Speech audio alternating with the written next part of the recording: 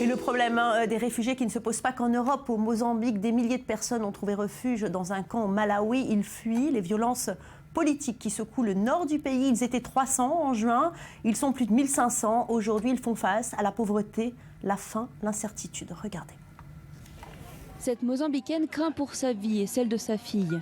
Son mari a été tué par l'armée, sa maison et ses récoltes détruites. Comme des centaines d'autres réfugiés, Malita Elias a dû marcher pendant 5 jours, sous le soleil, pour rejoindre ce camp à Capicé, un village au sud du Malawi.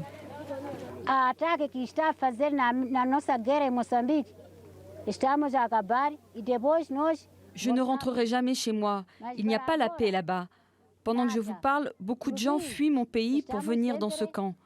Donc tant que la paix ne sera pas revenue, je ne suis pas prête à rentrer.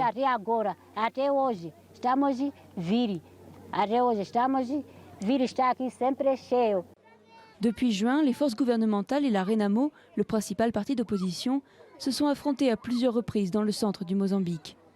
La guerre civile s'est terminée en 1992, mais la Renamo n'a pas accepté les résultats des élections de 2014.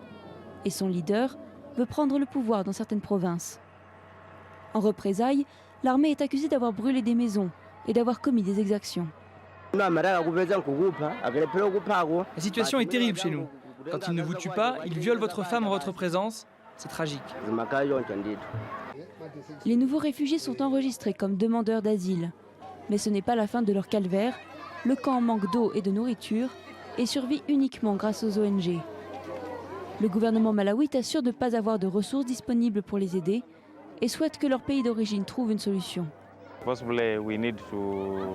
devons sans doute dialoguer plus avec le gouvernement mozambicain pour voir ce qu'ils font pour mettre fin à ce problème. La police mozambicaine nie les accusations des réfugiés et pourtant leur nombre continue d'augmenter. Leur seul espoir réside dans le dialogue entre le gouvernement et les anciens rebelles pour que la paix revienne dans leur région.